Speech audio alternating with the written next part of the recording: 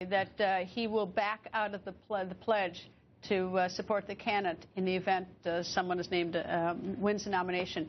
Did you talk to him today about whether he will keep his pledge? Well, look, I mean, again, I don't want to sound like a broken record about spoiling all the fun, but you know, I'm really not going to talk about what we talked about, and I can't have meetings with candidates if I'm going to turn around and talk about what we talked about. But I can answer the questions generally. Ask it generally. I mean, is that a problem? I mean, all three candidates are now, it seems like you're trying to herd cats at this point. Here's the issue. We're going into potentially, we don't know for sure, but potentially an open convention.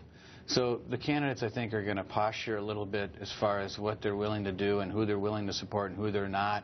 I think people are counting noses. I think this selection of delegates is becoming very intense. We're not just talking about the allocation of delegates, who wins the states, but then after that happens, the actual selection of who's sitting in those chairs.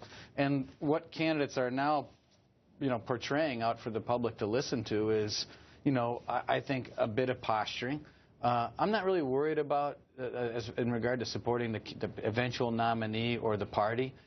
They've all agreed to that by virtue of, in one case, signing our data agreement. They're not going to get the data and the tools of the RNC and run to be our nominee and tell me that they're not going to support the party. It doesn't work that way. They're running to be the nominee of our party. Our party exists, and they're going to, and one of them is going to be our nominee.